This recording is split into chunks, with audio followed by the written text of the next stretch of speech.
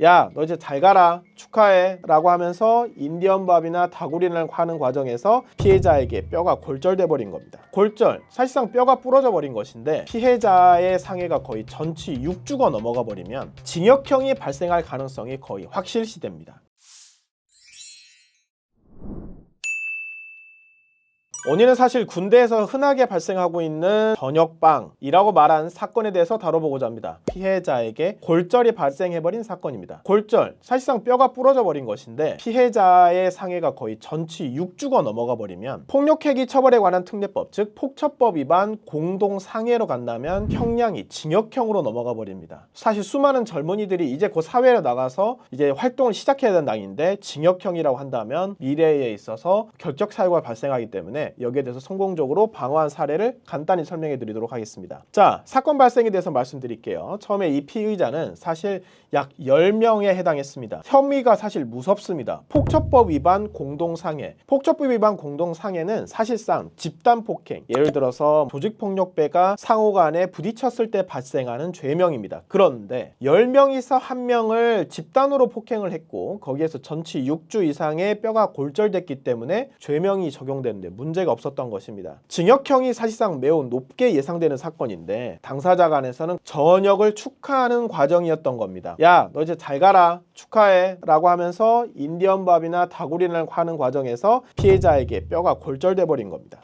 이 사건 하나 여러분 주의할 게 있습니다. 폭처법 위반 공동상해 사건에서는 100대를 때린 사람이 있다고 할지라도 나는 단 한 대만 때렸어요, 변호사님? 아닙니다. 단 한 대만 때려도 폭처법 공동상해 당사자가 됩니다. 따라서 저 한 대 때렸어요, 저는 3대 때렸어요, 저는 5대 때렸어요 라고 하는 게 의미가 없다는 뜻입니다. 일반적으로 집단 상해 전치 6주 이상의 발생을 한다면 징역형이 발생할 가능성이 거의 확실시됩니다. 또한 군인은 공무원 신분이기 때문에 징계를 받게 되죠. 통상적으로 이와 같은 폭처법 위반 공동상해인 경우에는 가장 높은 징계에 해당하는 강등 또는 군기교육대를 받는 가능성이 매우 높습니다. 그런데 본 사건에 있어서는 기소유예, 즉 어떠한 형사적인 전과도 남지 않도록 저희가 방어가 됐고 징계도 후과제한 하루, 이틀밖에 남지 않도록 저희가 형사처벌과 징계를 모두 막아낸 사건에 해당합니다. 그렇다면 저희는 어떻게 시작을 했냐? 바로 이 사건은 실질적인 과실치상 사건이다 라고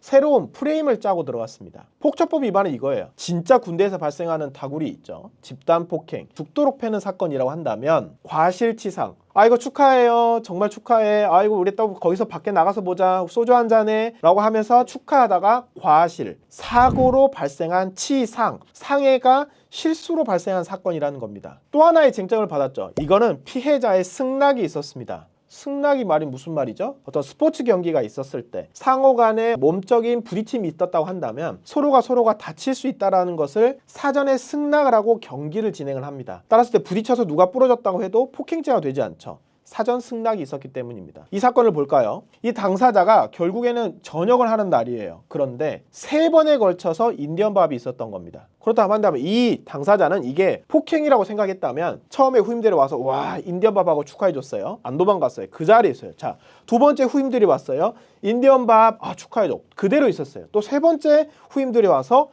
인디언밥 축하해요. 잘 가. 우리 밖에서 보자. 이 피해자는 사전에 승낙을 했던 겁니다. 따와 같이 실질적인 사전적인 동의가 있었다. 후임병들이 이와 같은 공개된 장소에서 진행을 했다. 간부까지 있었다라는 것을 저희가 찾아냈습니다. 이와 같은 사회상규에 위배되지 않는 정당 행위에 해당한다. 또 하나, 이와 같은 전통적 행사는 과거로부터 모든 선임들에게도 모두 매년 항상 매달 있어 왔다. 전통적 관례에 해당하므로 형법상 정당 행위에 해당한다라는 점을 주장을 했습니다. 그렇다면 어떻게 사건을 풀어나가야 될까요? 일단 처음에는 신속한 피해 회복을 먼저 바로 시작을 했습니다. 왜냐하면 일단 부러졌잖아요. 뼈가 부러졌으면 치료도 해야 되고 향후 민사적인 사건도 사실 소송이 발생할 수 있죠. 법적 리스크가 사실은 존재한다는 겁니다. 당사자에게 이 치료비 외에 향후 후유증이 발생할 수도 있잖아요. 이 모든 내용에 대해서 일괄해서 우리가 손해배상을 해주겠다. 적극적으로 당장 치료를 받으세요 라고 피해자에게 접근을 했고, 이렇게 신속하게 초기부터 함으로써 탄원서를 저희가 받았습니다. 신속하게 저희가 바로 대처하고 민사적인 법적 쟁점까지 함께 없애버리면서 사건을 해결할 수 있는 중요한 단초를 바로 만들었습니다. 결국에는 본 사건에 있어서는 모두 휴가 제한 하루 또는 이틀로 모두 마무리를 지켰습니다.